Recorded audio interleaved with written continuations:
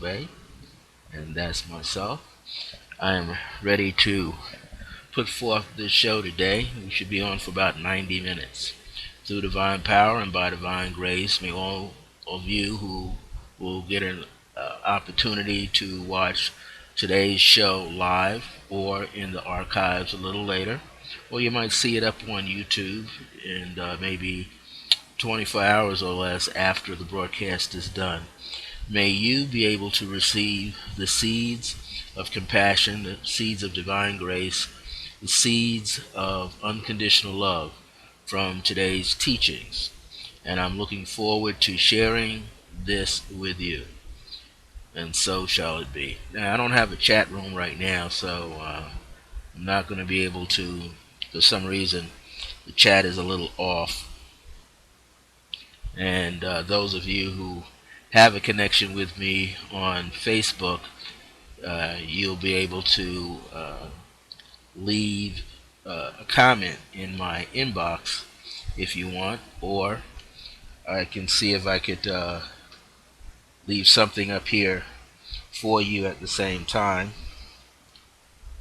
just by letting you know that I'm on, and then we'll be able to connect that way. Know that this is a golden opportunity to get some much needed information, and we're always looking forward to share this information with everybody. So we're looking forward to do this today. So I'm just going to plant this right now so that everybody could tune in if they so choose. And we're always trying to share information. As many of you know, I broadcast at least twice a week. I'm here every Thursday at 5 p.m., usually Mountain Standard Time, which is 7 p.m. Eastern Standard Time. I'm also on Blog Talk Radio every Wednesday for 30 minutes at 4 p.m. Mountain Standard Time, which is 6 p.m. Eastern Standard Time.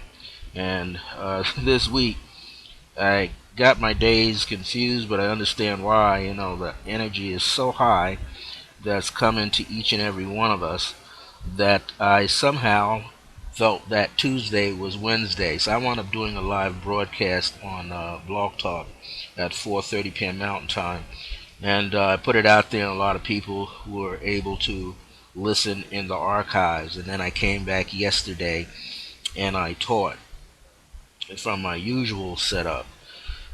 Excuse me. Today we're going to continue with some of the highlight teachings of the late Reverend Ike.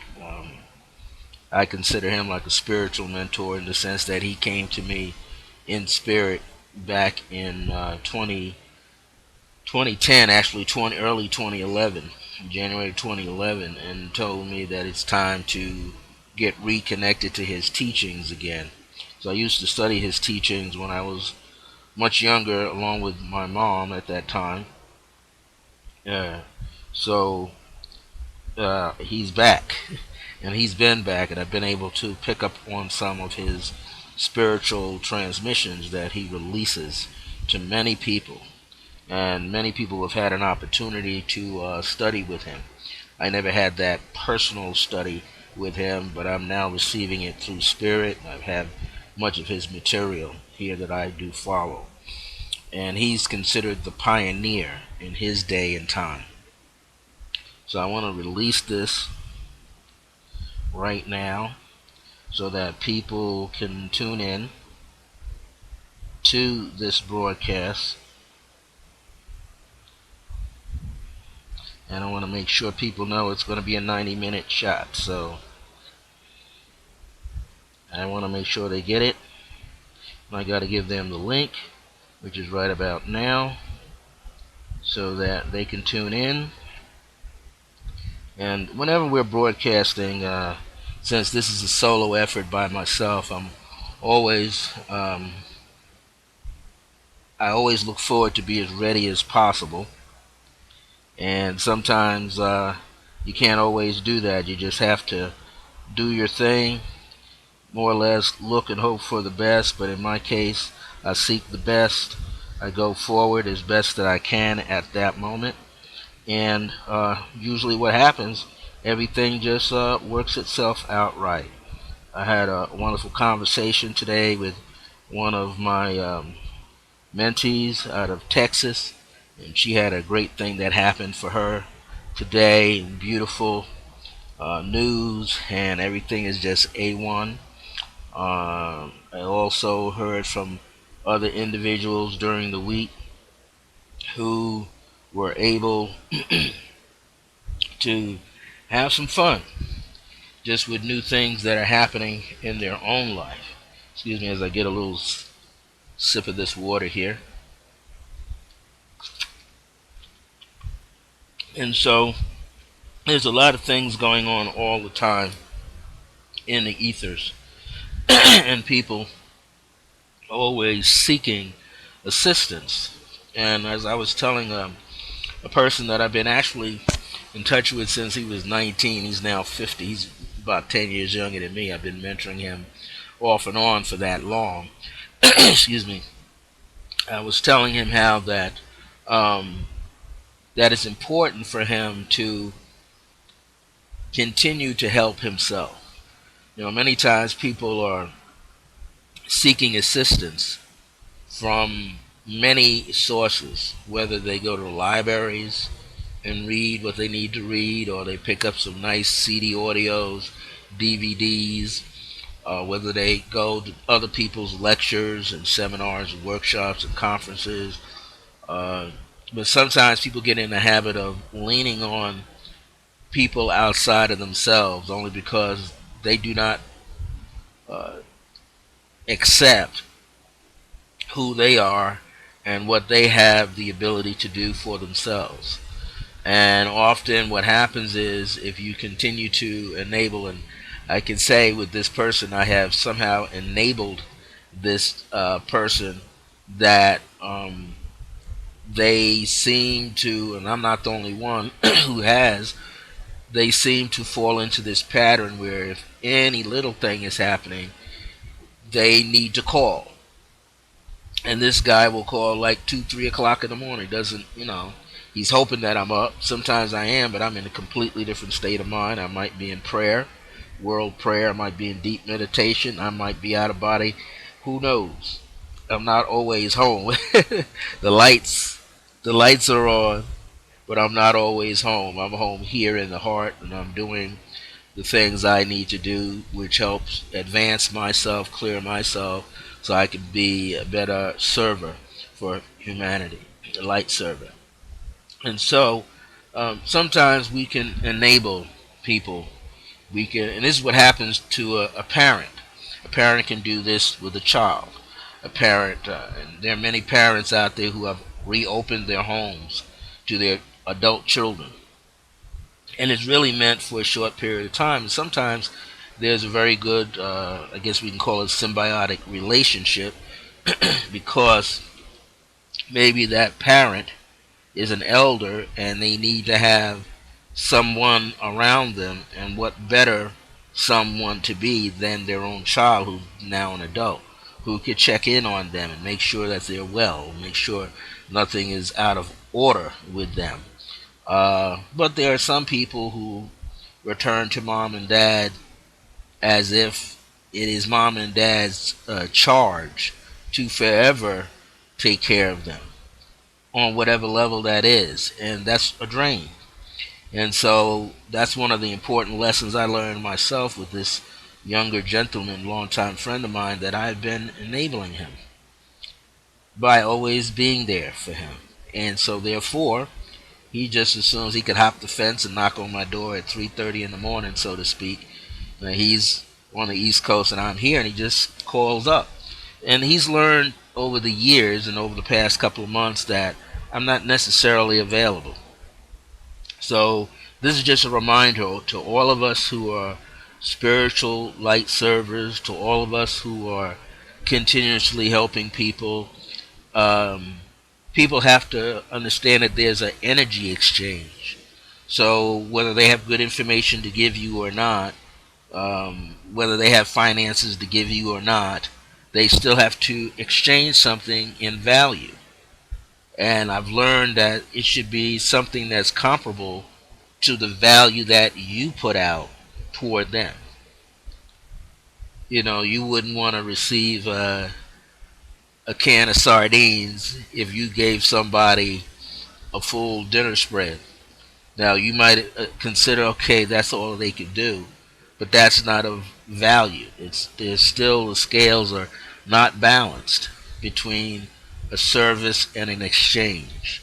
And so, and this doesn't mean that a person has to continuously give you something, but they should be within themselves seeking the proper value, something of true value to offer in exchange for whatever you have done or whatever you are doing for that person. So I just want to, excuse me, put that out there as a reminder to many people that when you are, if there's an arrangement between you and someone else, that discuss how that balance is going to take place. Because you can be a person that gives all day long from your heart, but if that other person on the receiving end is either unaware or is aware and just doesn't want to exchange to give something in value, then you have to really think twice, excuse me, if you want to be of service on that level that you normally deliver a service. And this doesn't mean you have to shortchange the person. It just means to be aware that there should be an equal exchange or a near equal exchange. And when it's a near equal exchange or an equal exchange, then we know it's of true value, heart to heart. And this goes on like forever. It's happened for eons and eons, prior to and for and across the board.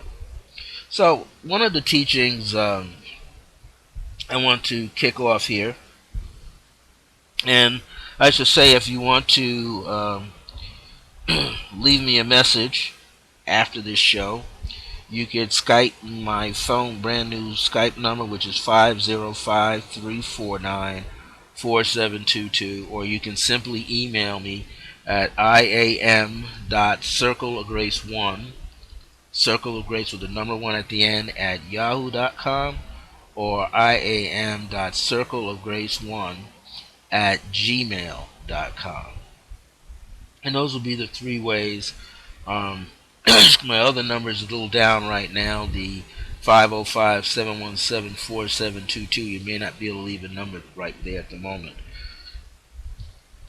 So, I want to kind of surf through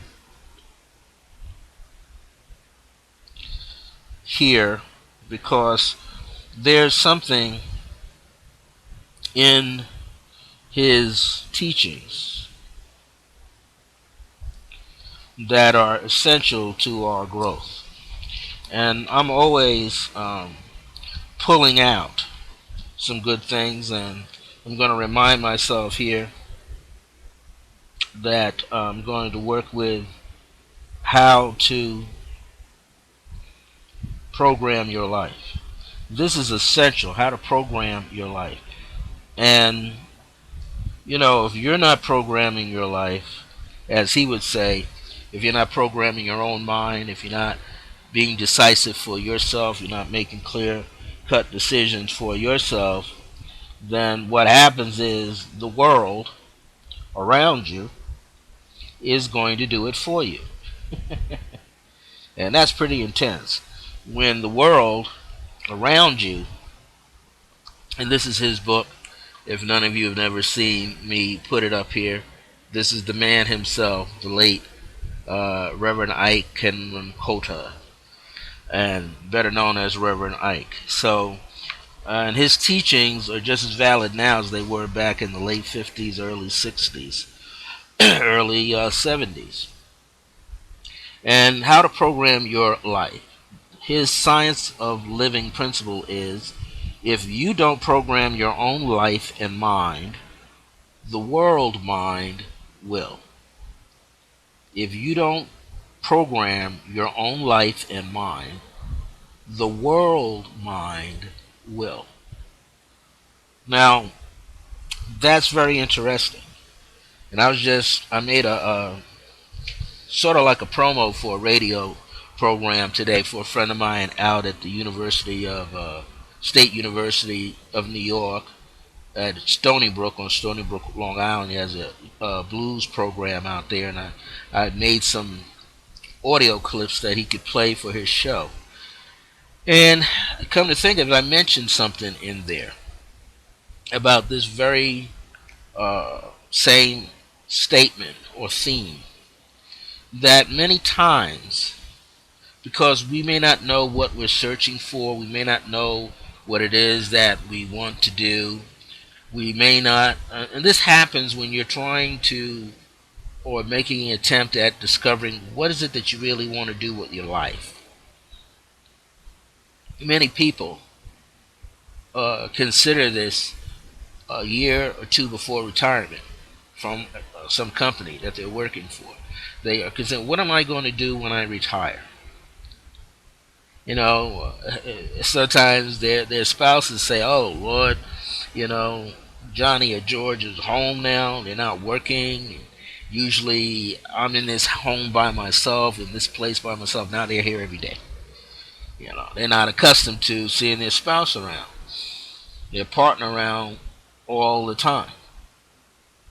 Some people aren't used to seeing siblings around all the time because they're constantly on the go. Unless that sibling or that partner or mate has their own life, their own work, then it feels like they're butting heads, running into each other because one is accustomed to being in that space at least 6 hours a day by themselves. So at this point, somebody's questioning their life, like, what is it I want to do? And in our previous teachings here, Reverend Ike was talking about uh, in order to get something that you want in your life, you have to be taking 4 steps. And those 4 steps are, you have to decide what it is that you want, make it very concrete in your mind. You have to believe it, but in the sense of belief, he says you have to mentally accept that idea that you can have what you're deciding to have in your life. And then he says you want to be able to see it, which means you have to envision it. You have to creatively envision it with your spiritual eye, the end result. And then he said you got to add your feeling behind it, because he said the feelings get the blessing. So you got to add the emotional high energy behind it. And now people all over the world are talking about this, how if you put your joy into something, you're going to get something. Why? Because you're lightening up your energy and there's no sense or feeling of doubt in there on you. You're not worried about anything. You're not worried about how something that you're seeking, that you want to materialize in your life, you're not worrying about it not getting into your life, because you're focusing with high emotional energy. Now, as much as you can focus with that high emotional energy, if you still have not mentally accepted that you can attain that thing that you're trying to do, the high emotional energy won't matter. And I always tell people, because I've learned it through my years of studying with the Tarot, that sometimes it's important, most of the time, to clear the head and clear the heart. Because those are the 2 areas that need to be absolutely clear in order for spirit, the flow of spirit, to seep in. Just like the earth has a torus effect. That's the vertical movement of the magnetism and electricity in their body. It's the same way when you cut an apple from the core to the stem, through the core and the stem, you're slicing vertically. So for every slice that you're creating, that's a plane of energy that's going around your body. The earth has the same exact thing through its axis, through its polar axis. It's got that Toro effect, or I should call it Taurus, Torus effect going on. So keeping that energy in mind, every time you're thinking about something, you're either drawing it to yourself or pushing it away. And so he is saying here, and the topic of this discussion briefly is how to program your life. And he is saying here, if you don't program your mind, if you don't take the time to program your mind, yourself, then the world mind will program it for you. Now, we see that every day. Printed newspapers. How many people you see, if you're one who goes out and about to your job, how many people do you see running around to a newsstand to pick up a paper? And if they're into business, if they're into accounting, if they're into real estate, if they're into tech work, they're going to pick up the newspapers and the magazines that have to do with their field. If they're in the medical field, they're going to pick up a medical journal. They're going to pick up something that has to do with their field. If they're a psychologist, they're going to pick up Psychology Today at some point. Why? Because they need to stay up on the information that's coming in. But at the same time, they're programming themselves with that information. How many times many of us says, okay, I'm going to watch a horror movie. And you know the horror movie is just a fake movie, yet it's designed to make you scared. Now, as much as you know and I know that it's a fake movie, it may not be based on something that's considered a real situation that may have happened. Because you see that movie over and over and over again, you are programming your emotional body and your mental body to accept those images and accept those sounds, accept those colors, accept that scenery so much over and over and over that it's embedded now in your subconscious, because that's where it's going. It's embedded in your subconscious. And now every time you think about walking down a dark street, or it's a rainy night, or it's lightning or something, you start creeping out. You start feeling. Why? Because you let that stuff come in there and embedded it down into your system. So it's all about changing programs. You might be better off watching Super Soul Sunday repeatedly and have Super Soul Sunday show up in your dream. You might be better off watching some type of comedy sitcom, whether it's sitcom TV, situated comedy on TV, or a movie that's funny, and have that show up in your dream, than to have something negative and horrible seep into your dream world. The Aboriginals say over and over, Aboriginal medicine men know this, and medicine women, that when you go to sleep and you begin to dream, the very dreams that you are having, once you weed out all of the ones that don't make any sense, but the dreams, your mind is fertile with the garden of dreams. And these dreams that you have, whether they are repetitive or just dreams that appear to be coming up to you in your consciousness for the first time in your subconscious, these dreams are building the reality that you're going to experience later. So if you begin to think about everything you see going on outside yourself, just about everything, you start taking on this thought process. I've seen that before. Now, there's a French word called déjà vu. Déjà, D-E, with an accent over it. They call it accent aigu, if I remember. D-E-J-A, that's one word, means already. And V-U is vu, meaning have seen, past tense. So déjà vu means already have seen, which means you may have already have seen this in your waking state. Something that's happening to you right now. You may have seen this in your dream world, in your astral world. You may have seen this in a movie. You may have seen this in previous episodes in your own life where you had conversations, dealings with other people, and now you're seeing something similar going on in your life. Deja vu. So we're constantly being embedded with thoughts going on all the time outside ourselves.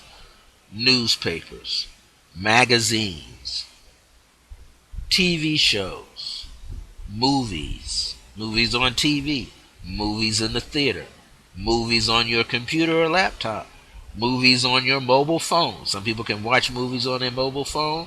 They can see CNN on their mobile phone if they want.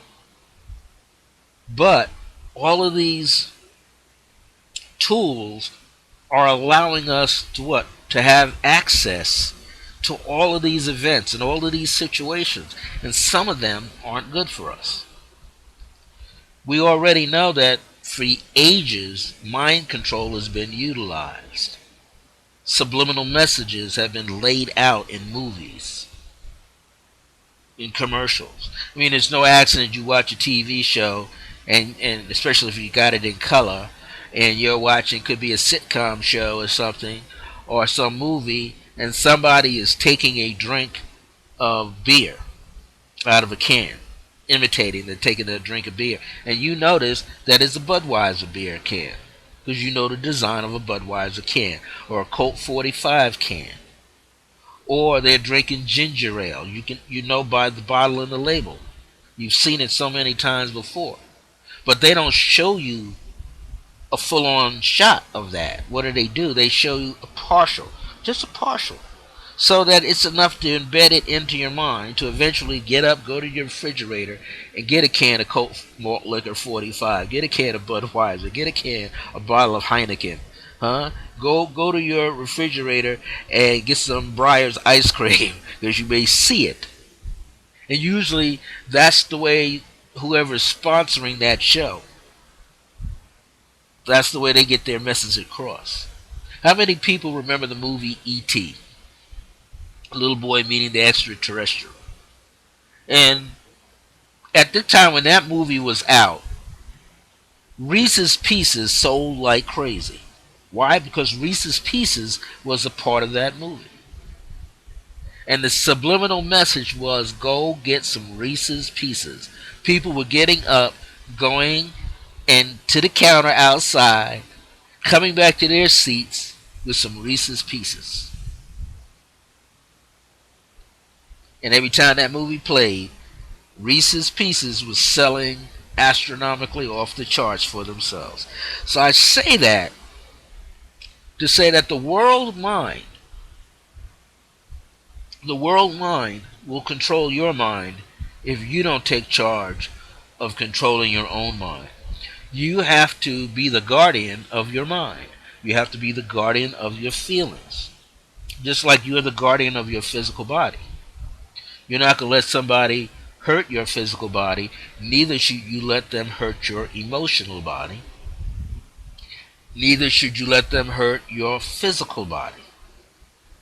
So the emotional body within you, just outside of you, maybe somewhere right around in here, is the etheric emotional body.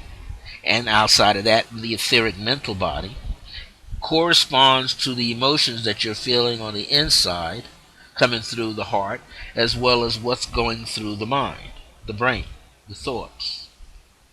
And if those two areas aren't clear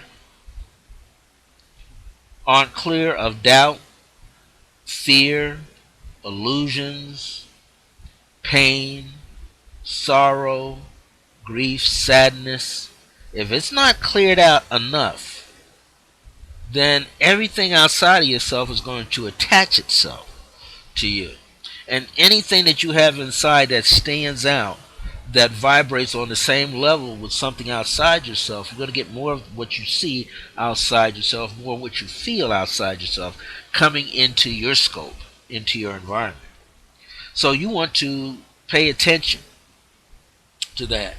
You don't want the world's view affecting your inner view.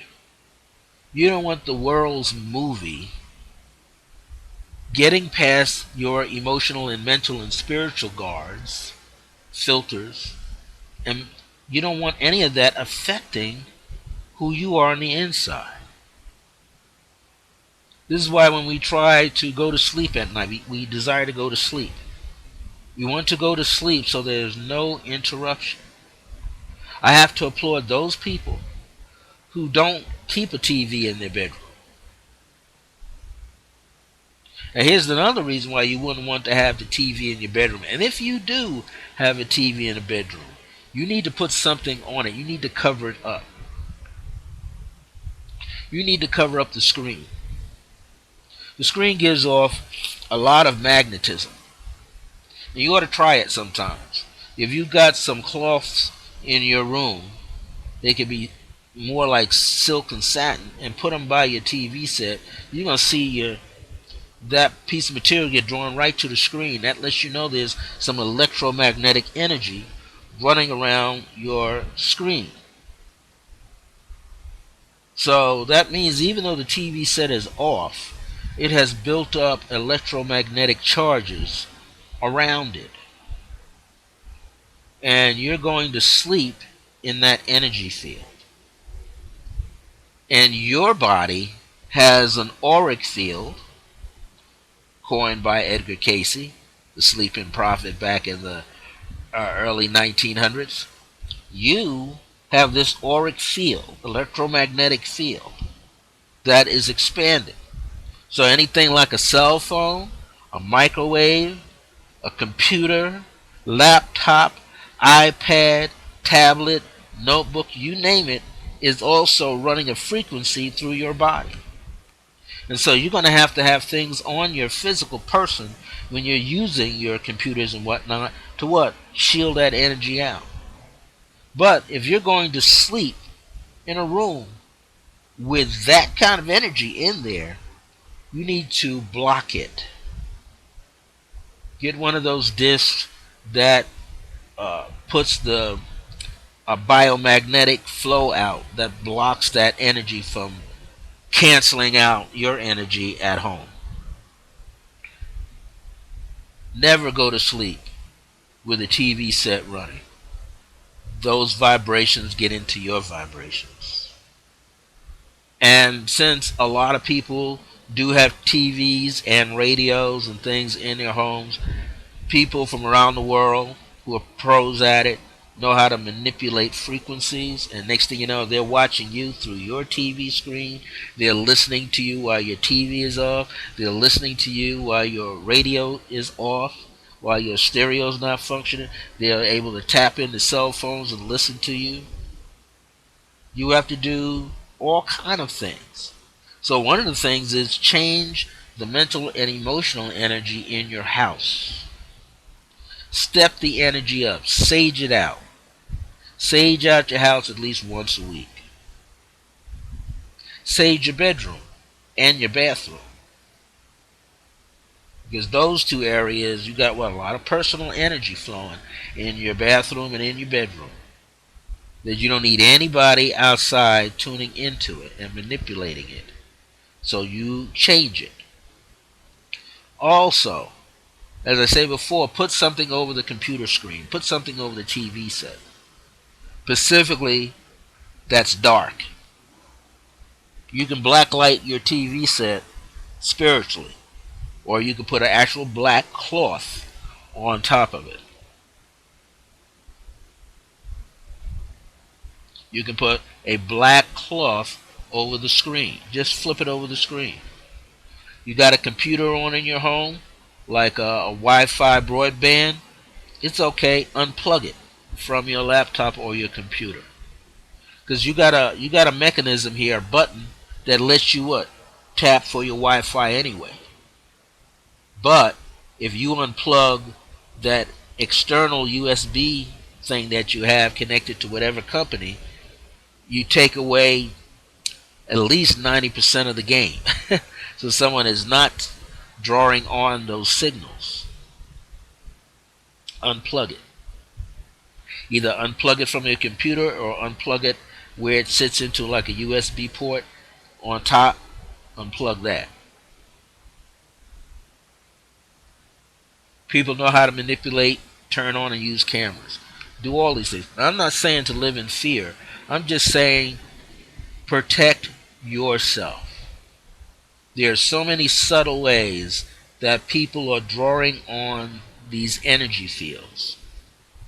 And as long as there's a satellite rolling around the earth, and there's several of them up there, as long as these satellites are rolling around the earth, our computers, our cell phones, our satellite phones, our cordless wire phones, laptops, you name them, are getting signals from the towers that are bouncing off the satellite back into the towers, back into your tools, back into your body.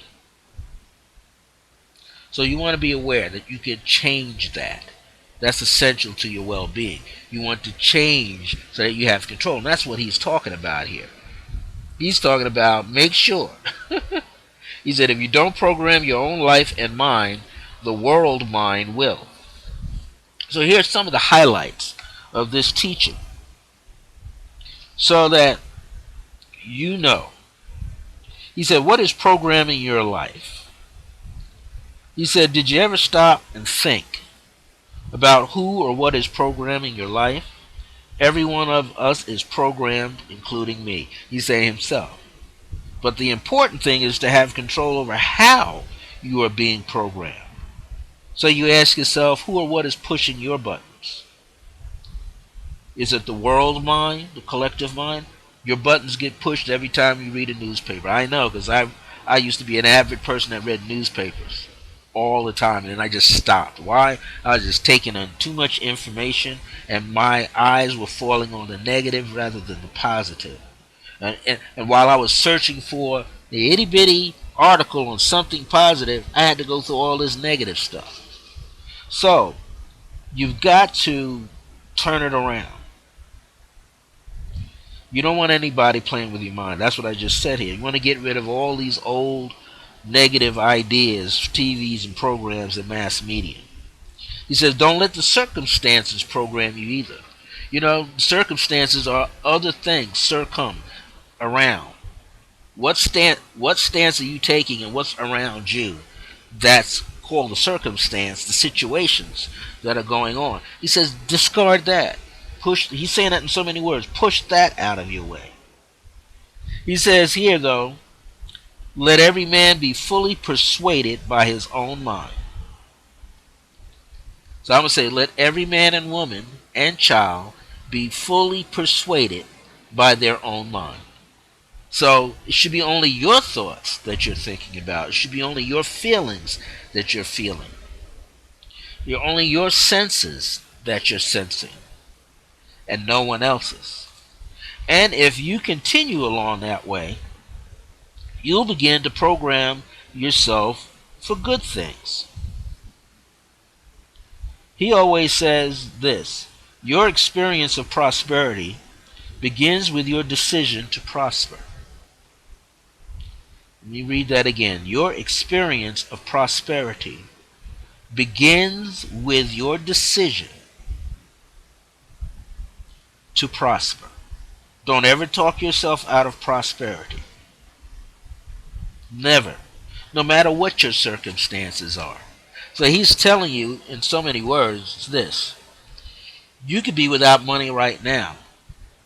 But that was from a few days ago up to now. Each moment is different. So each moment you should take on the concept in your mind that you're prosperous, that you're overflowing with prosperity, that you're overflowing with abundance. Then you begin to describe to yourself what type of prosperity, what type of abundance do I have that's overflowing. Well, we know if you have joy, that's prosperity. Joy will lead you to prosperity. Good thoughts will lead you to prosperity. Good feelings will lead you to prosperity. And an abundance of it. So, you have to control that, though. You have to decide that you want it, and you have to identify yourself with it. You have to decide that you want it, and you have to identify yourself. In other words, you got to see yourself in it. The minute you can see yourself in it, then it becomes consciously, it becomes your consciousness now, because you can see. See means to understand. You can understand that you're going to achieve it. So now it is consciously being shown to you, and because you think about it enough, and because you place more than enough emotions behind it, you begin to replicate that thing that you want. And it may come to you in smaller amounts, but it continues to grow. He says one of the best ways to program yourself is to use the word I am. He says, let the weak say, I am strong. That was a biblical phrase. Let the weak say, I am strong. So if you imagine, let's say you had a slight injury, a fall, and it made your body weak so you couldn't walk. To assist your body in recovery, to assist your body in a fast, speedy recovery and a recuperation process that it's going to take on, you start to tell your body, I am strong. You might say, you might be laid up in bed for a month, but you're telling your body every day, I am strong. My legs are strong. My bones are strong. My muscles are strong. My tendons are strong. My skin is getting back its resilience. The flexibility is coming back in my body, and I can feel it. I can feel it so much, I'm ready to walk right now. And what will happen is, because you have placed this consciousness to seep down into the belly of your subconscious, where it's being digested, you begin to take on this mental acceptance that you are healthier, you are stronger. Now what you do is you drop the word out, like you drop off words like weak. You no longer use the word I feel weak. You say, well, I may not feel okay right now, but I still feel that I'm getting stronger every day. So you want to move yourself in a direction of having greater strength. So he is a prime example, because he grew up in some degree of poverty. And he used to tell himself that every day. So tell yourself this every day. I am successful. Now, we said earlier that you have to decide upon being successful. I've made a promo today that says you have what it takes to be successful. But you have to decide within yourself, in your mind and in your heart, in your mind, that the possibility is there. This infinite possibility is there, and infinite emotional awareness that you can achieve. So you begin to get past the word belief, and you start using the word faith. Faith is what you know to be true. Why? Because somewhere in your life's experience, you have experienced being a winner.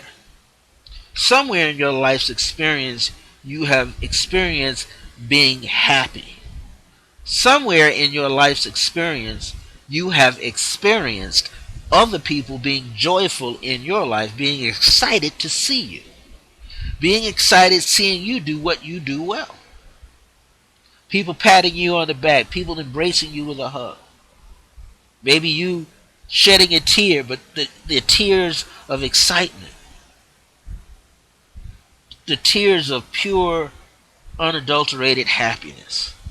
That you knew this, you were going to get here, you were going to arrive, and that day has arrived, and you yourself have arrived.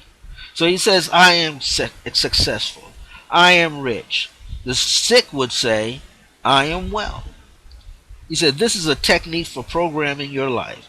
Whatever you add to I am, in capital letters, I the am, whatever you add to those words, you shall become.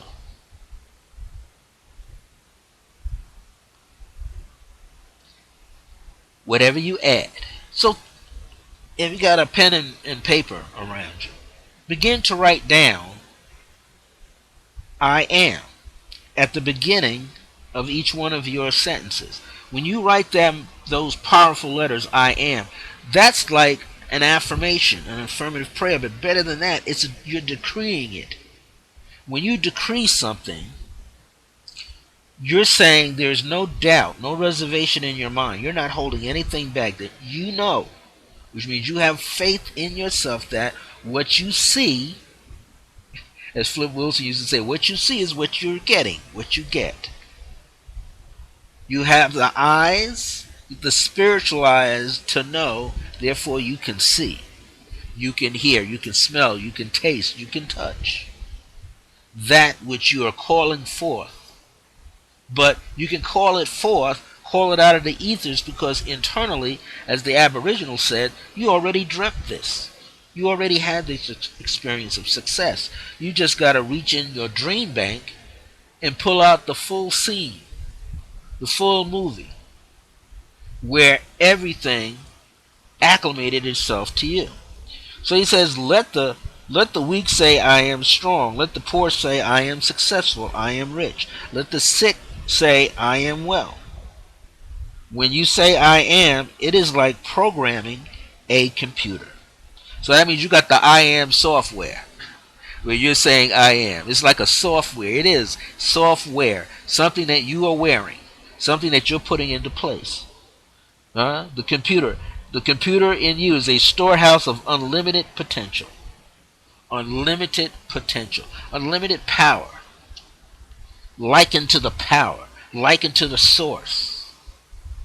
The universe is considered infinite supply.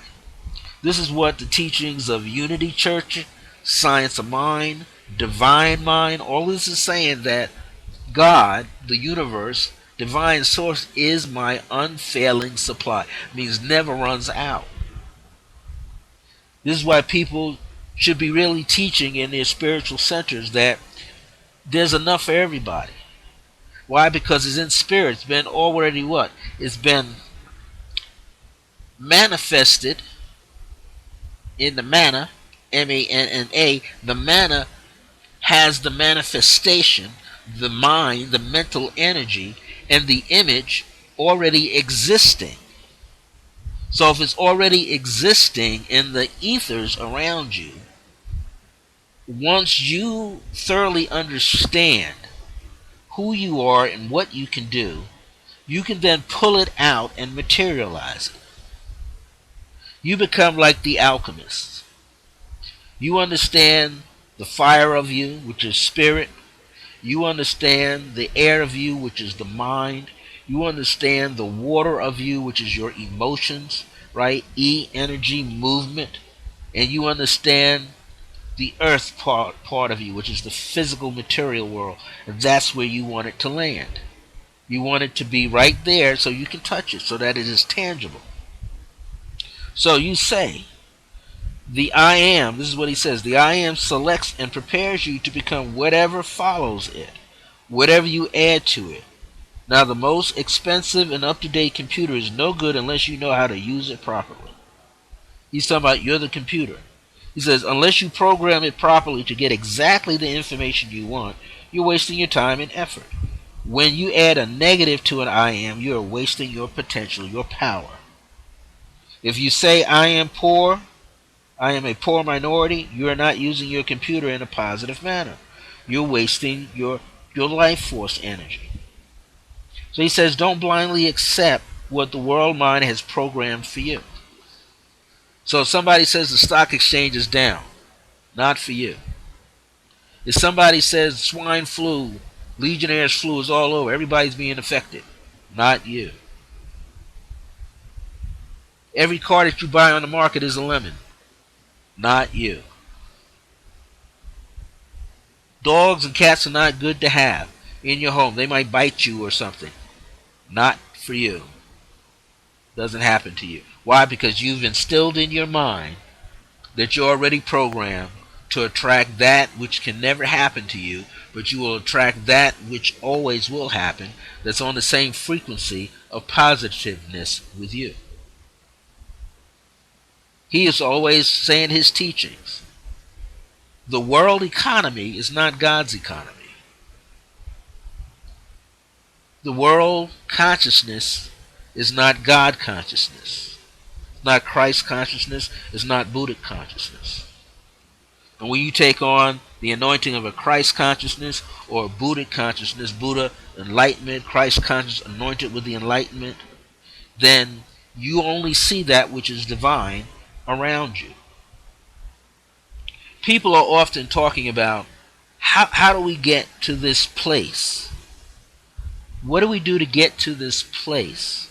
Well, let me tell you, the energy on the planet is speeding up miraculously.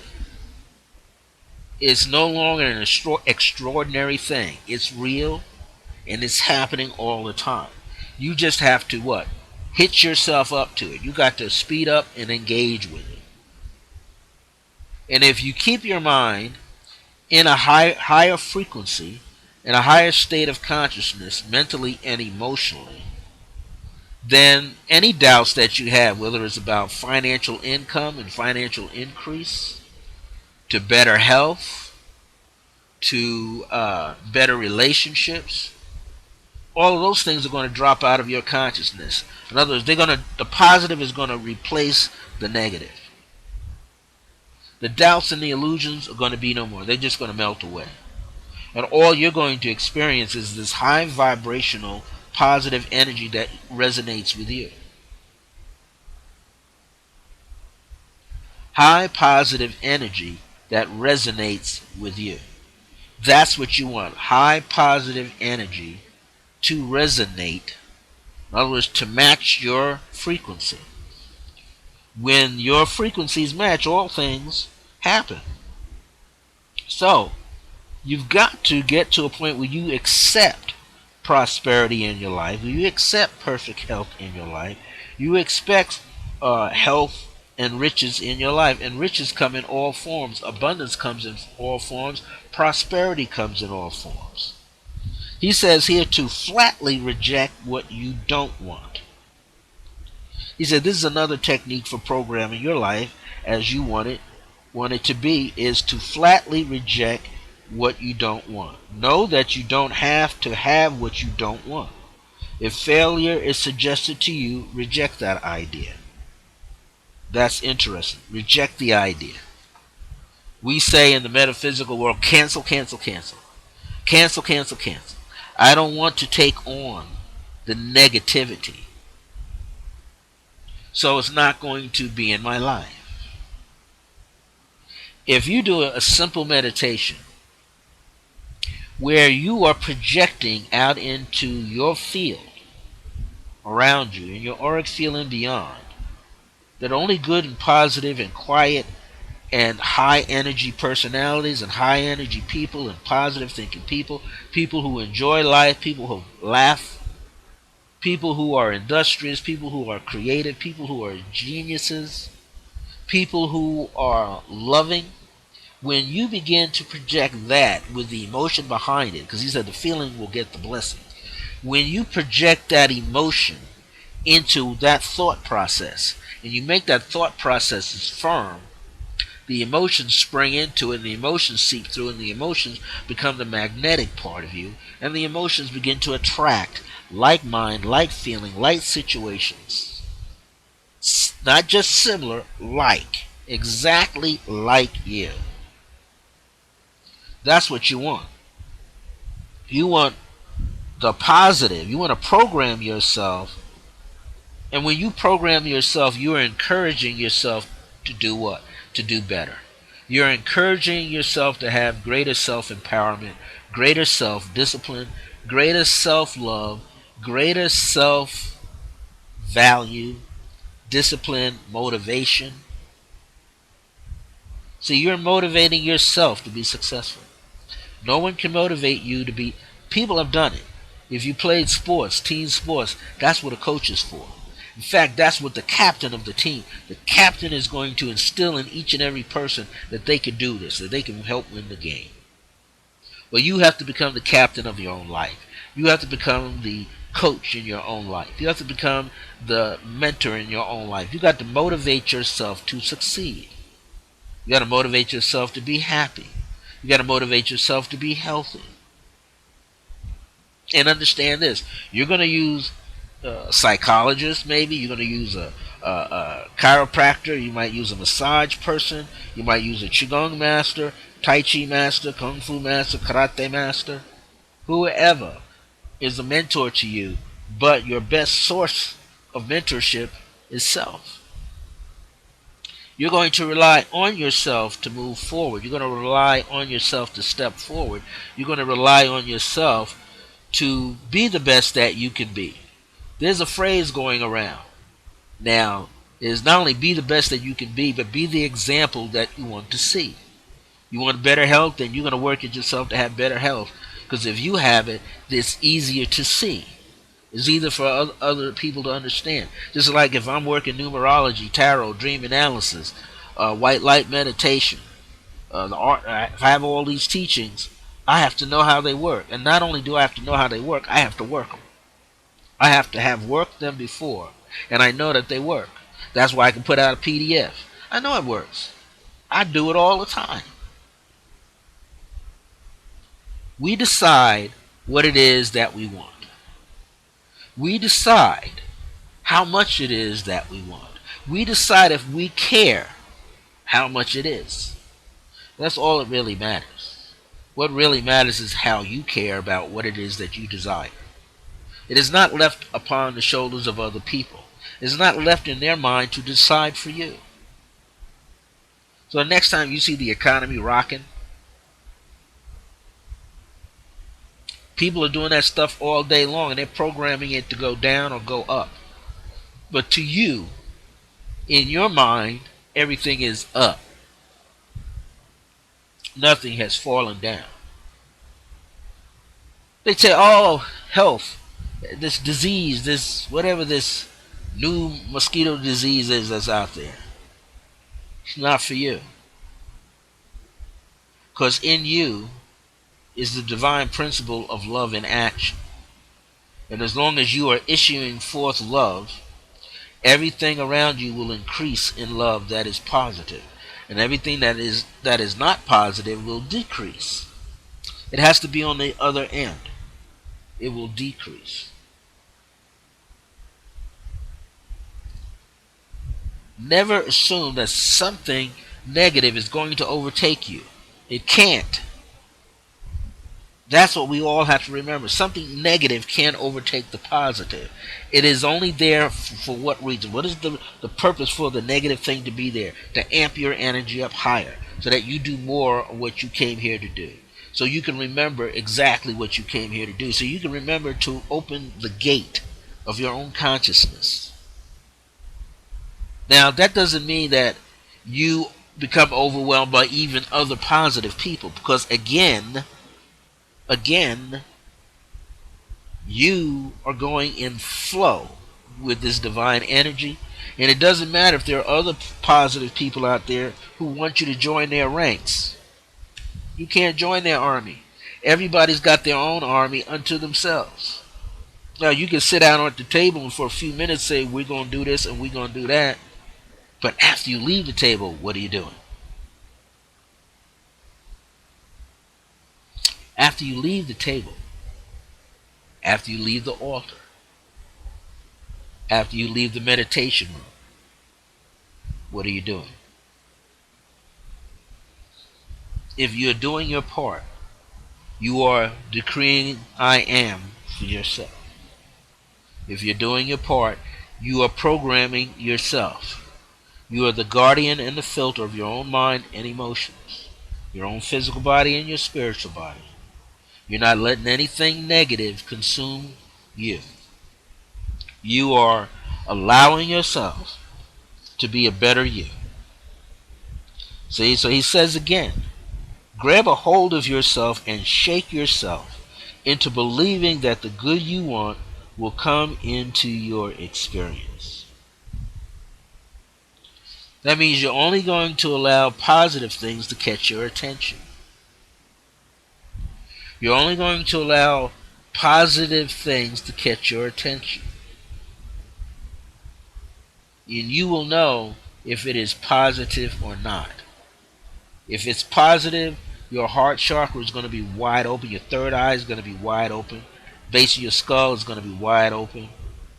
Throat chakra, All of your chakras will be wide open to receive the goodness of what you are feeling and sensing and smelling and tasting and understanding and accepting and embracing, acknowledging consciously. So much so that if you were to walk into the subconscious chamber of yourself, you would see what? The same things there. You would not see anything out of disorder, out of order. You would see everything in place. That's what is essential. He says here, you have to learn how to encourage yourself. See, if you encourage, people used to say that. I was talking about elder teachers that are not around anymore. They said, be encouraged. And I said, well, what does that mean, to be encouraged? Courage is what it is. You have no fear. Inside, there's no fear inside about what you're about to do. That's why you can be encouraged. You're mature enough through your heart, from within, to move forward in your own life. That's how you are being encouraged. The encouragement is not coming from the outside. It is coming from the inside. He says, when you discover how to program your own mind and your own life, then wonderful things will open up for you. So, you're not going to let outside circumstances control you. Those are the belonging to the machinations of other people.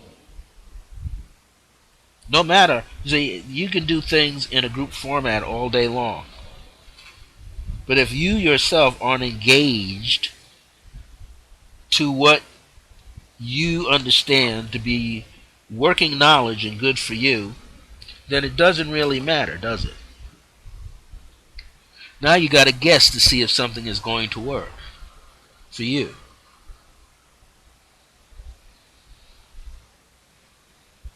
What I'm saying here, the Spirit of Akhenaten says, you don't have to wait to be called to do something. Go forth and do it. I'll say that again. You do not have to wait to be called forth to do something. Go forward on your own. If you move forward on your own behalf, when the Spirit inside of you, that small voice speaks inside of you, where your remembrance is released, you will always do something that is correct. It becomes almost second nature because you're doing it all the time.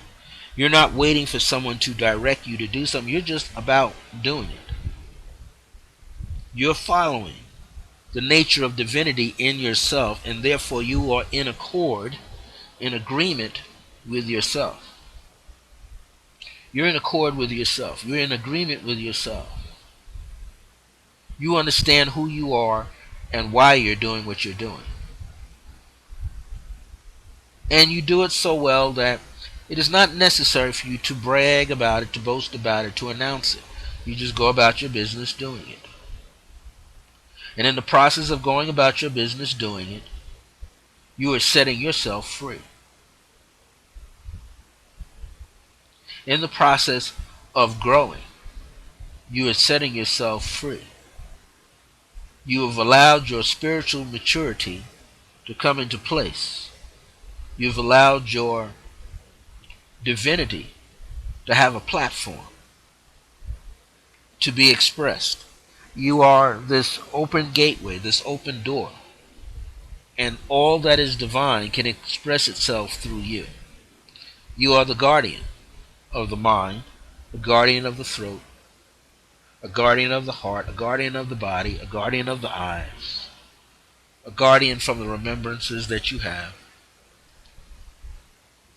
And only the divine can come in. And that which is not of divinity, you still see it, and you can use that as a platform to catapult you forward more into your divinity. Remember, you're here to program your life, program yourself. That's what it's all about, programming your life and programming yourself. Well, what I'm going to do right now, get a little commercial break with some water here.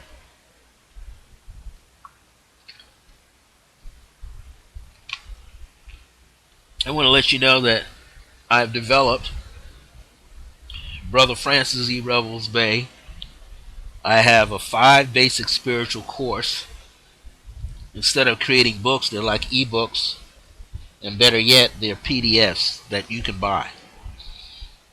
I've came up with 5 so far. I have 5 or 6 more, so should be a total of 11. It's going to be a wonderful experience. The first one is called "The Key to Life is Numerology." Its subtitle is "Numerology is the Shorthand of Astrology." The second one that is also ready with that is "White Light Meditation and Energetic Shields." I also have "The Art of Manifesting Your Heart's Desires," subtitled "Through the 10 Fields of Awareness." I have "Understanding Your Dreams," where I teach you all about how to look at dreams that you have. When it's about numerology, is how to break down names and dates and addresses and find the commonality of a number. And then I give you the basic meanings of numbers going from 1 to 10. Then I give you master numbers in there, 11 through 99. You also have in there what the number 0 represents. You also have the basic compound numbers from 10, 20, 30, 40, all the way up to 90, and other compound digits inside of the birth date. So the birth dates are covered from 1 to 31. You also have in there the other compound numbers from 10 to 52 that are there. And I show you how to use the Chaldean numerology and the modern Pythagorean numerology alphabet. Also tell you about the life path number and destiny numbers. So that's all in the numerology. The key to life is numerology. White light meditation and energetic fields talks about the importance of meditation and how to use the white light energy and how to be aware that you can create energetic shields for yourself so that information can come, and anything that is not of you, that's not of divinity, that's not positive, can't mess with you, can't be in your space because you shield it out. Also, understanding your dreams is there. And understanding, like, how the time of day affects you in your dreams. That means to see the time of day in your dreams, to see 4 seasons in your dream, to see the elements of fire, air, water, and earth, what all of that means. And what are these truly representing in terms of states of consciousness. That's talked about. People that pop up in your dreams, buildings, houses.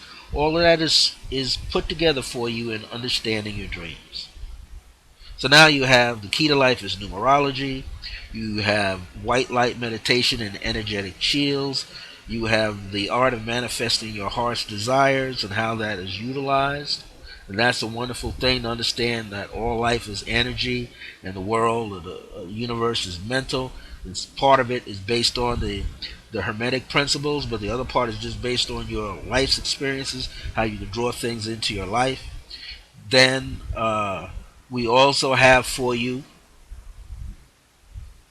the understanding of your dreams. And then the fifth PDF course is called Tarot Basics 1, 2, 3. And I wrote it like that so it'd be simple for you. Tarot Basics 1, 2, 3. In other words, Tarot Basics 1, or Part 1, is about the minor arcana. And I have a system called 4 plus 1 and another system called A Journey Through the Tarot, on how you can get more information out of your tarot deck. Tarot Basics 2, within the same PDF, walks you through the meaning of the major arcana, which is the 22 cards. And now in between two of those is all about, different questions that people have given me, like, should I use just the 22 cards, or should I read with just the lower deck of cards, or should I pull out the aces? I mean, why, and systems. I give you a nice overview of questions that I've been asked throughout my 30 plus years about the tarot. And then the third part of Tarot Basics 1, 2, 3, Part 3 is called The Maps of Consciousness. And these are my term for spreads and layouts. I call it maps of consciousness because you become really conscious on how to use your tarot deck and how to set it up. So I give you the 3, 5, and 7 card map, and then I show you how to work them. I give you a living example from my files, how to do a 3-card map, how to do a 5-card map, which is an extension of that, how to do a double row of 7-card map, which allows you to go into what we call compatibility between two people, and then also how to do a chakra spread, how to do that from 7 to 1. And then I just make a hint at 11 card spread setup that people have used. And my favorite that came to me, that was channeled to me by my late mother Grace in 1987, is a 16 card map. And I don't give you a sample reading, but I'll show you what each one of those positions represent. And when you see it, you're going to say, wow, I want to use it. I'm giving you permission to use my 16 card map so that you can do readings. You know, you're going to learn in the Tarot Basics 1, 2, 3 what a radio spread is. It's in there. I'll show you what it is. So this is very exciting. Now, what is the cost of each one of these PDFs? Each one of these 5 PDFs are $27 a piece. $27 each for any one that you want. You might order a duplicate, 2 of the same. Or you might put it this way, any 4 that you order, you get them at $27 each. Each one is valued at $27. But if you order all 5 of them, all 5 as a set, I'm going to give you a 12% discount, which means you save about $17, and you're going to get the full set of 5 PDFs emailed to you once the transaction is completed for $118 even for all 5. This is a unique time for me to share these teachings. These teachings I've acquired over the years. I've utilized all of them. I've revised them over and over and over, and now they're in a PDF format. So you might say you're getting a book, almost like an ebook. You're getting the manuscript for $27. And if you buy all 5, I'm going to give it to you for $118. You can have all 5. Hopefully, what I'm looking to do, coming up in October, and I hope to be done by November, it could happen earlier, I have 6 more that I'm going to bring to the table. 6 more that you're going to get a chance to purchase, and with a deal to get all 6. It's going to be a glorious time. And imagine if you have all 11 of them, I can give you a deal to have all 11. That's going to be amazing when you realize. Now, I'm not sure what the price is going to be on those 6, but they're probably pretty close to what these are right now at $27 a piece. It's just going to groove with you. And man, I expect you to really kick it on through. I expect you to have a great time. In fact, I'm going to tell you right now, you stand a good chance of having all 11 of them. These other 6, when they completed, the full value is going to be close to $300 or over $300. And you're still going to get a really good discount. So it would be to your advantage to get that first 5 now, and then later, when the 6 or other 6 are ready, other 5 or 6 to jump on that as well. And I'll give you a discount. I just want to be able to share all of this information with each and every one of you. Now, how will you pay for these first 5 PDFs at $27 a piece? Or if you want to get all 5 for $118, how will you do this payment? Well, I have PayPal. You don't have to have a PayPal account. All you have to do is send me an email requesting the exact titles that you would like to have at $27 a piece, and if you choose to take all 5 of them, it's only going to cost you $118. But you send me an email to my email, iam.circleofgrace with the number 1 at the end at yahoo.com. You send me an email with your order, just stating what you would like to have, that you know that you want to purchase. And I will send you a PayPal invoice. When you get that PayPal invoice as an email, you're going to see a little yellowish orange tab or button. It'll say View and Pay right on it, and you just click on it. Double click on it. It will lead you to an encrypted PayPal page, which you can use your debit card or your credit card and pay for the items that you have requested.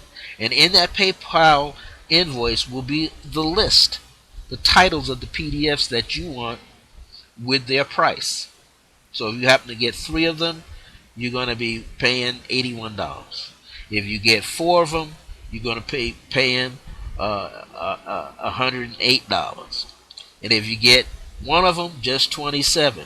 If you get 2 of them, it's going to cost you $54. You see what I'm saying? So if you get all 5 of them, it's going to cost you $118. You're going to save $17 altogether. That's 12% discount, just about.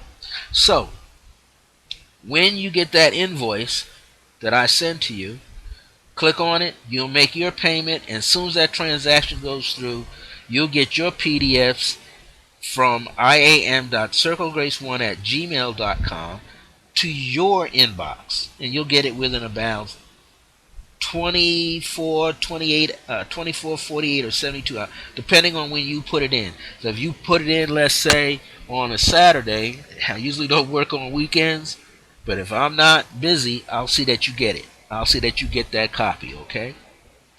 And with everything in there. I want you to have it. I want you to enjoy it. And I want to, we have approximately 13 minutes left to go to this show. I want to let you know what I enjoy you when you come in and you support my shows. You know, I'm not in this for popularity. I've never been seeking to be the most popular Ustream broadcaster, the most popular blog talk radio broadcaster. I'm all about you getting information that you could utilize. And so, just like today's teachings were from Reverend Ike's chapter 49 on how to program your life, I'm giving you some things that you can utilize to reprogram your life exactly the way that you want it to be for yourself. So all of these PDFs that I'm coming out with, I'm telling you, I'm working diligently to come out with 6 more. And I'm going to let you know right now which some of the 6 will be. The Art of Pendulums. That's one of them. The Art of Psychometry. That's 2. Handwriting is mind writing. That's 3. That's just 3 of the 6 brand new ones that I'm working on right now. And I had a very popular show over the years since 2008 online that I would broadcast right here on Ustream back in the day when I first began. And that program was called Decree and It Shall Be. So I'm considering giving you a PDF called Decree and It Shall Be. And there'll be one devoted to prayers. So I'm really working at this. But I know for sure that by September, October, maybe I could have them ready. End of October, maybe going into November. So that we can share with you, when I say we, the Angel of Grace, Mother Grace, Grandma Charlotte, Akhenaten, everybody that's working through me, we want you to have this information that you could put into motion right away. You want to learn how to read with tarot cards? Make sure you get Tarot Basics 1, 2, 3. You want to be able to understand how numerology works? Make sure you get The Key to Life is Numerology. You want to understand how white light meditation works and how to put out a shield? Then you should be purchasing white light meditation and energetic shields. You want to understand how to interpret your own dreams or the dreams of family members, then you should get understanding your dreams. You want to learn how to manifest something into your life and how that energy works, then you should purchase right now The Art of Manifesting Your Heart's Desires. I'm not really trying to sell this to you. I don't consider myself a salesperson. I'm just excited that I got it done, so I get ready for that next batch that I have to do. And we want to make sure that you enjoy it. And here's another tidbit for all of you that's in the process of buying these first 5 PDFs. Once you have them in your possession, if you would like to teach from them, you should contact me, and I'll give you the authorization to use them as a part of your own teaching programs. I will be holding in the future, near future, teleseminars devoted to those first 5 PDFs, and I know for sure come 2017 I'm going to be teaching the others 5 to 6 that I'm going to be putting out there before the year is out, so that you have a total of 11 PDFs. We could have a whole bunch of classes going online so that you can utilize this information, so you can get it and put it in motion for yourself. Well, before I close this show out, I see another 10 minutes to go. I'd like to give you a meditation, a creative pathwork meditation that you can utilize. We were talking about right now how to program your life. So I'm going to take the next 2 or 3 minutes and guide you through a special creative pathwork meditation that I'm receiving right now. I'm channeling this right now. And I want you to be able to use this, so the minute you come out of the meditation, you can kick it into gear right away.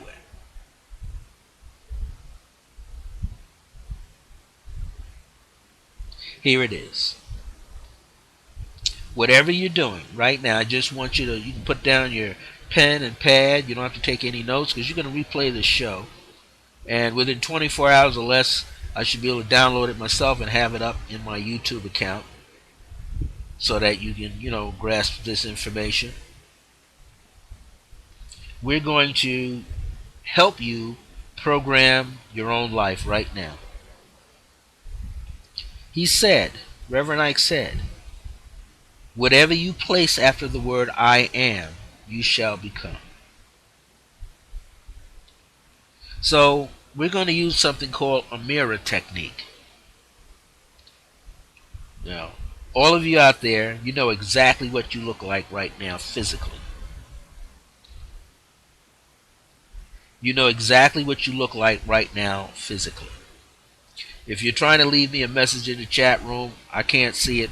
My chat room isn't up and running, so don't push yourself to leave a message there. You can always inbox me on Facebook or email me. But just take this into consideration. Whatever you place after the word I am, you shall become. So we're going to reprogram you right now. But you're going to do this. I'm just going to guide you through it. What I want you to do, and what is important for you to do right now, is to clear your mind. Clear your mind of any doubts, any illusions, any fears. If you want, you can use a pencil or a pen, a small object, and let it represent all your doubts, all your fears, all your illusions, everything that's been bothering you throughout the week, the month, the day, people, issues, circumstances, and take it and just drop it on your table. You're letting it go. That's a symbol of letting it go. I'm no longer attached to it. You're free. Your mind should be blank, like a blank screen. And you now are going to program yourself to be and to become something that you sincerely desire. Whatever that is. Maybe you have to think about it for just a minute. But most of you know there's at least one thing that you sincerely desire to be or have or do. Whatever that is, let it come to your heart, rooted in your heart,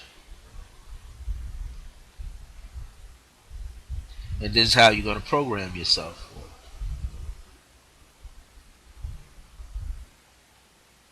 Either with your eyes closed or look into a blank space on the wall in front of you or around you, or maybe you can see outside a window. And that's even better. I want you to envision yourself with that deep, deep desire of already having what you desire, already doing what you desire, already being what you desire. And this is where that most important phrase,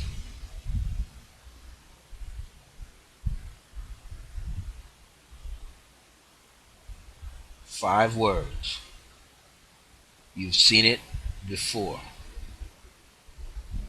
As I state this, you say it mentally as you feel that presence of what you desire. I am that I am.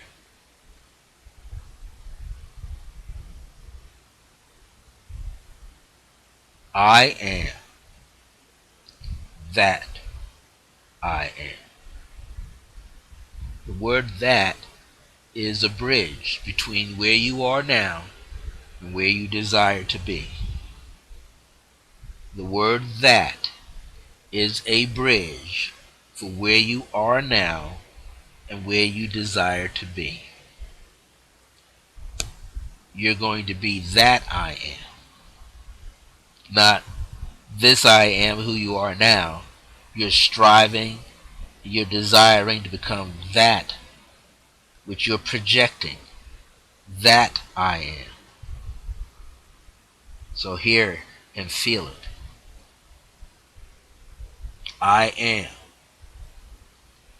that I am. That means that's you. And now, because you're programming yourself by constantly saying it, as Reverend Ike said, whatever you add on to I am, you become. So now you're becoming that I am. In other words, that I am across from you that you can see outside on the wall moving around is you. In other words, it's like saying that I am is your future I am. That's who you are in the immediate future. That I am. You're that person, that being that you see, that you're envisioning. That's who you're becoming. And now you're saying, I am that. I am that also. Can you now imagine that? Can you envision that? That you are that I am.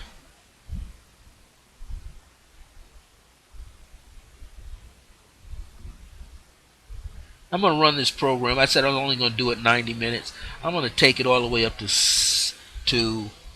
7 p.m. Mountain Standard Time, which is 9 p.m. Eastern, 8 p.m. Central, and 6 p.m. Pacific. I'm going to take it these extra 30 minutes or so because I want you to get it. Let's do this again. You are taking this desire to program yourself to be exactly who you want to be. There's no doubt in your mind that you are this being that you are striving to be. So you're in agreement with that, right? You're agreeing that right now you are that being. Your future self is now. That's what I'm saying. You are now becoming your future self. Can you imagine that? You are now your future self. Your future self is here. In other words, past, present, and future doesn't really exist. You're in the middle, feeling all of this. And now you're becoming all of those things that you feel. So just like the late Reverend Ike said, we're programming you. You're programming yourself. Whenever you use the words I am, whatever comes behind it, that's what you become.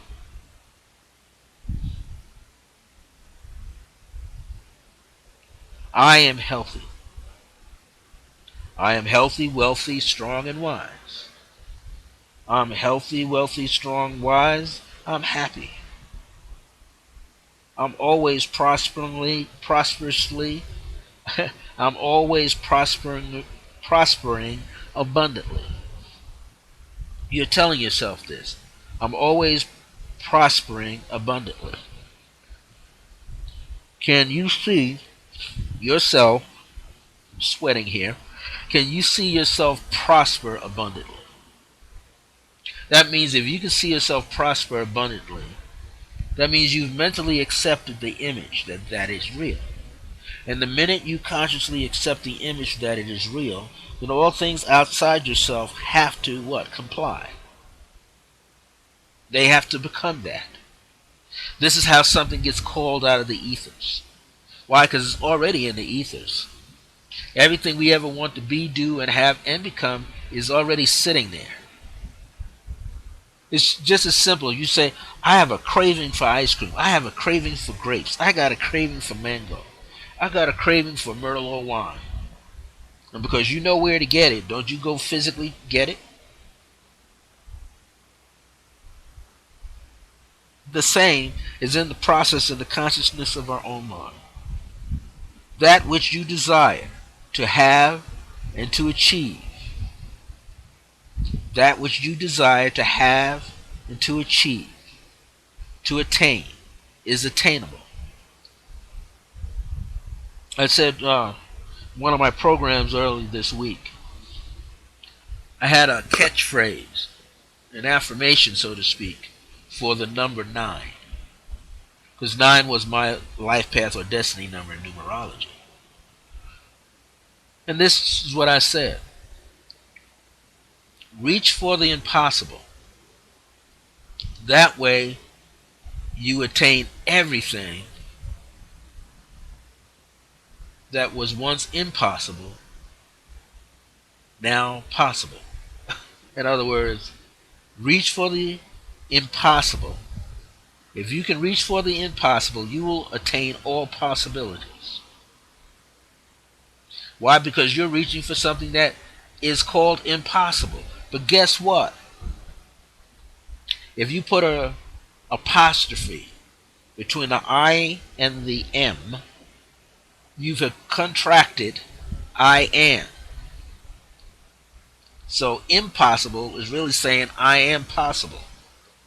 All the ideas in me are possible.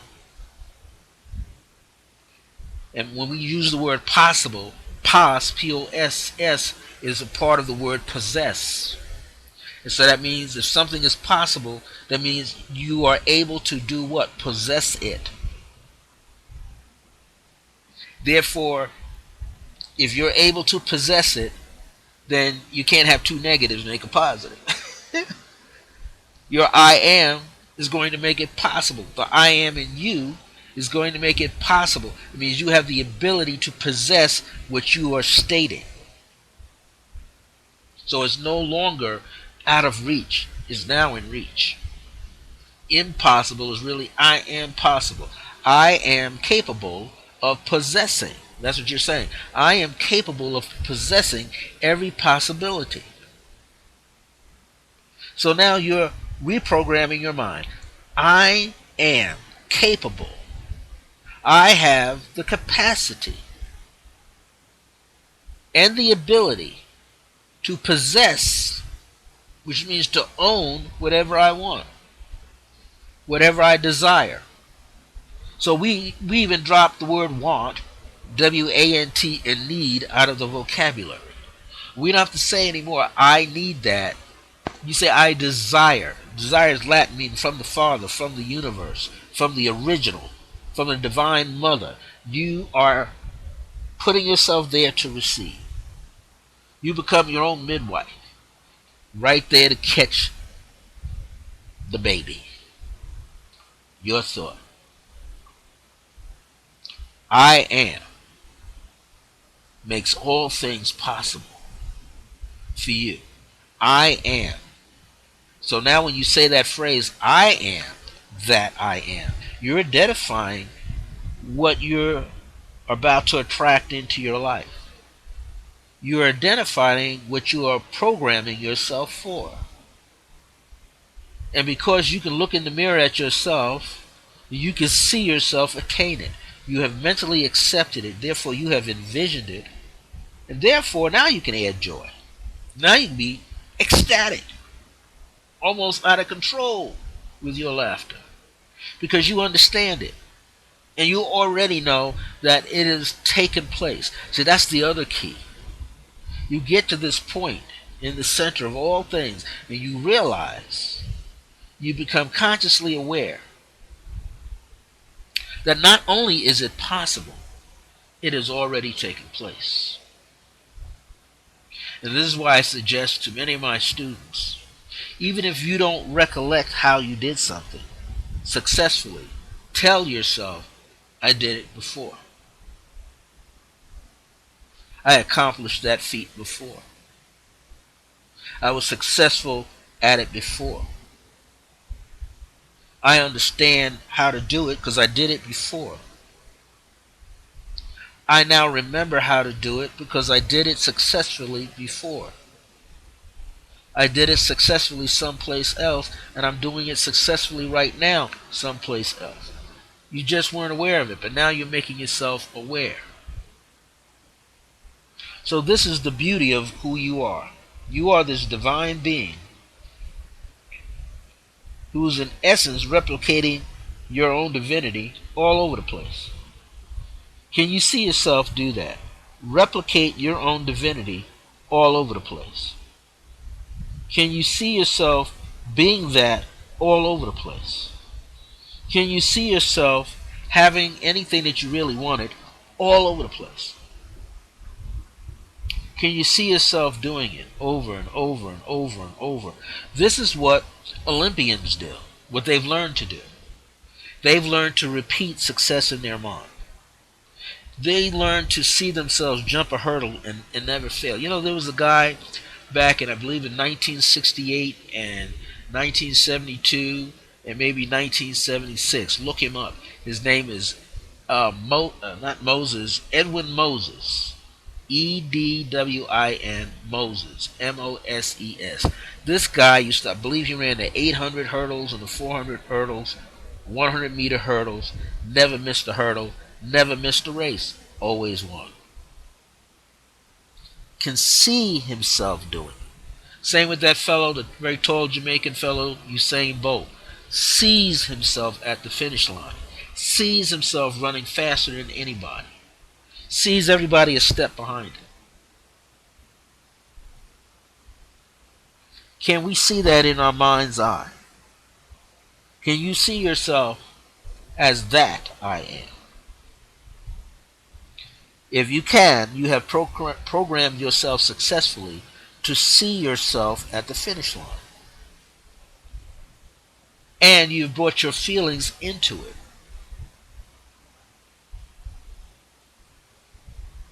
You see, sometimes it's a little hard to attach your emotions to something that you've never had.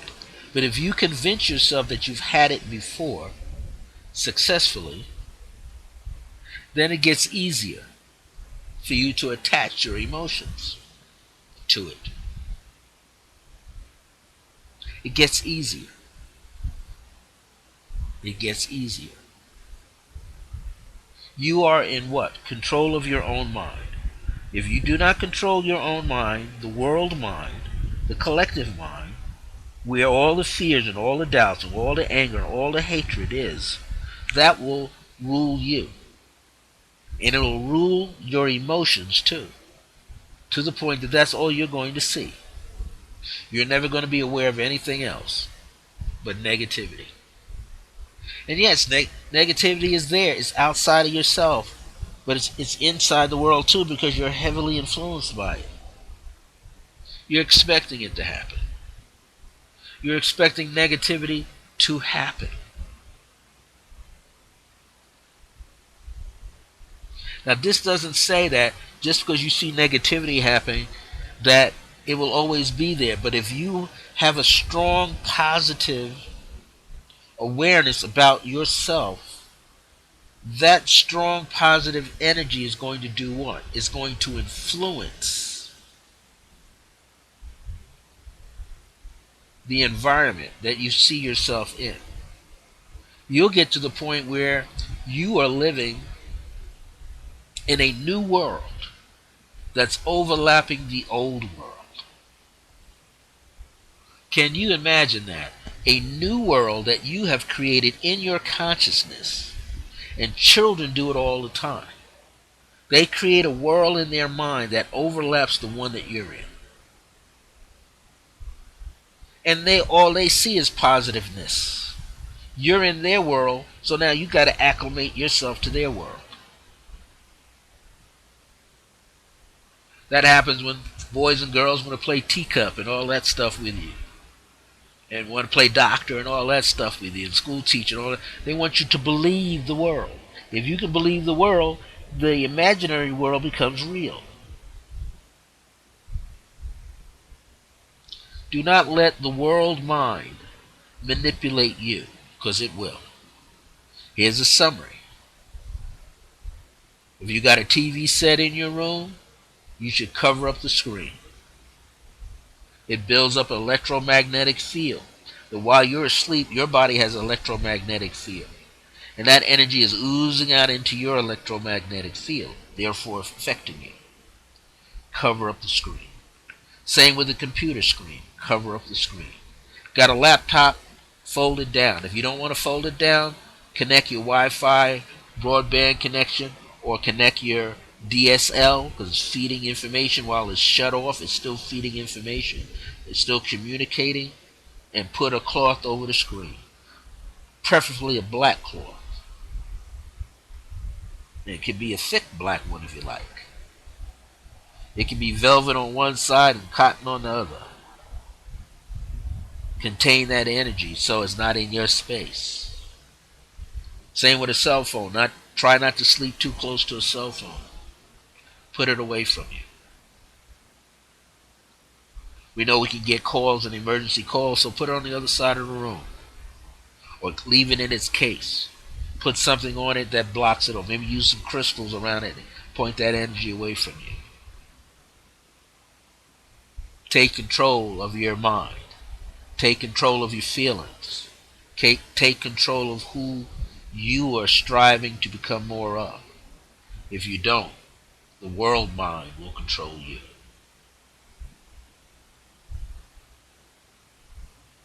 You want every part of yourself to gain back what the Aboriginals used to always say, that the dreams that you have are your reality.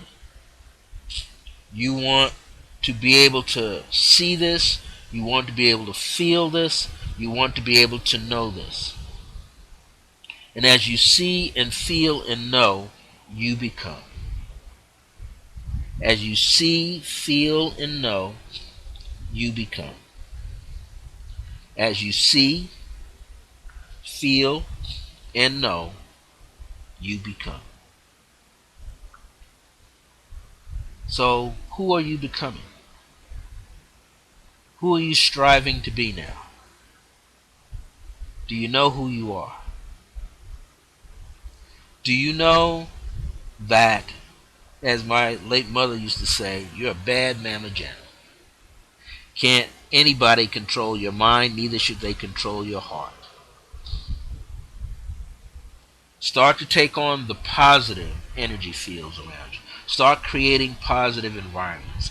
In your home, have some type of sanctuary. Every member in your home should have their own sanctuary. Or have a sanctuary for the family, that everyone can go in there and sit and be at peace. Hear beautiful music. beautiful words, laughter and joy, things that are healing, that create wholeness, should be in that sanctuary. Maybe you have a small waterfall to listen to. Maybe you have an aquarium tank in there. But let it be a place of absolute peace. Let this sanctuary be a part of you so that even when you're outside of your home, you could tune into that sanctuary. You can tune into that sanctuary and you can draw on that energy. Why? Because it's organic. It's living energy. Allow yourself to become and allow yourself to be who you want to be, not what the world wants you to be. In fact, be who you want to be, not who I want you to think who you should be. You want to have this opportunity to program your own mind. That's what it's about. So, I see my phone is ringing off the hook. People are calling in. A lot of people want to speak to me tonight, and we're going to make sure that everyone can speak to me tonight. If you want to email me any questions about tonight's show, you can email me at these two email addresses that are nearly the same. IAM, all lowercase, IAM, see those words? IAM dot circle of grace with a number one at the end at yahoo.com, or IAM dot circle of grace 1 at gmail.com. Or you can call me on my Skype number, which is 505-349-4722. That's 505-349-4722. If you have Skype, just look me up as Brother Francis Revels-Bey, and you can send me a Skype message. You can call me, you can send me a Skype text message if you like. Email me again at iam.circlegrace1 at yahoo.com, iam.circlegrace1 at gmail.com. And if you definitely want to buy the 5 basic spiritual courses that I have on PDF, inquire about those. Each one is $27 a piece, and if you buy the full set in advance, all 5, you get it for $118. Well, I'm getting ready to close out right now. But before I do, I want to release a decree. I'm feeling the need to do this right now. I see and decree that for those of you that are watching this program live, and for those of you who will watch it later in the archives, know that your higher self, your divine self, is aware and alive within you. Know that everything that you see is being birthed on the inside of you, and that who you choose to be, you choose to be that which is better than you were today, better than what you were yesterday, and that you are in absolute control of your life, absolute control of your mind. Remember that phrase, a mind is a silly thing to waste? Don't let anybody waste your mind. Don't let anyone waste your feelings. I see and decree that each and every day that you are stronger and stronger, wiser and wiser, more healthier now than you've ever been before, and you will continue to grow in better health and wellness for yourself. Wellness meaning well in all areas of your life. I see and decree that you become unconditional love in your own life, that you become harmonic peace in your own life, you become prosperous and abundant in your own life, that your mind is clear, that your emotions are clear, so that you clearly receive your own spiritual messages, that you clearly receive your own spiritual wisdom, that you get the capacity of who you are to be wide open, and that you function on your own behalf, and that you be more of yourself, of your true self, your spiritual self, that you can influence, you can affect your environment, that you can call forth positive things to happen in your life. That means crime will not take place because you are there. Domestic violence will not take place because you are there. Theft will not take place because you are there. Vandalism will not take place because you have a presence there. Kindness will take place because you're issuing kindness. Warm-heartedness, friendliness will take place because you're issuing it. Unconditional love will take place because you are that, and more. I want to thank you for being here this evening. I really appreciate it. I enjoy releasing these messages and these teachings. And I tell you, the spirit of the late Reverend Ike is upon me all week. He says, more, more, more, more. Put out more of this information. You can go to YouTube. Go to YouTube and just type in capital REV period, capital IKE, and you're going to see a whole bunch of YouTube stuff come up on Reverend Ike. And watch it. And get the information out of it. Really, really watch it. Take notes. Some powerful messages are in those old videos of Reverend Ike. And this is why it's so glad that people took video footage of him when he taught. Because now you could see it and hear it for yourself. Alright, now, this is the Circle Grace 1 Live with Brother Francis E. Revels-Bey. Today was Thursday, July the 28th, 2016. I'm so excited that we are here today to enjoy this information. We were taking from the book, and I'm going to present the book again. Maybe you'll find it right here. Reverend Ike's Secrets for Health, Joy, and Prosperity for You. A Science of Living Study Guide by Dr. Frederick Eichenrenkota, better known as Reverend Ike. That's a long name. But Reverend Ike is a short one. That's the way he used to look. He has those mesmerizing eyes of his. And he passed away, I believe, in 2009. Yeah, he passed away the same year that Michael Jackson passed away. They almost passed away about a month apart from each other. This was an opportunity to present these teachings of the late, great Reverend Ike. He was like the pioneer of prosperity and abundance.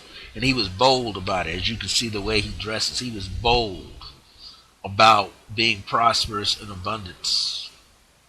And he was very funny. He never talked about his complexion. He said his color is green. That's what he spoke. His color is green. I mean, it's money. You also he was about money. But he was about teaching his congregation how to become magnetic to receive that money for themselves on whatever level.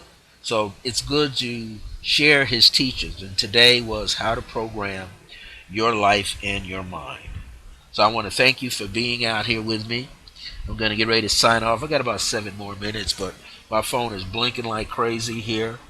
And emails are popping through. I can see them on my phone. Everybody's wanting to jump on the line and talk, so I better get out there and talk to them. Again, you can email me at iam.circlegrace1@yahoo.com or iam.circlegrace1@gmail.com. You can call my Skype number, leave a message, and if I'm on computer, I can hear it ring and pick it up. It's 505-349-4722. Stay in touch. Got a lot more teaching to do next week. I'll be on Blog Talk Radio at 4 p.m. Mountain Time, 6 p.m. Eastern Time every Wednesday on the Age of Remembrance. Be sure to tell your friends to tune in. It's a live 30-minute show.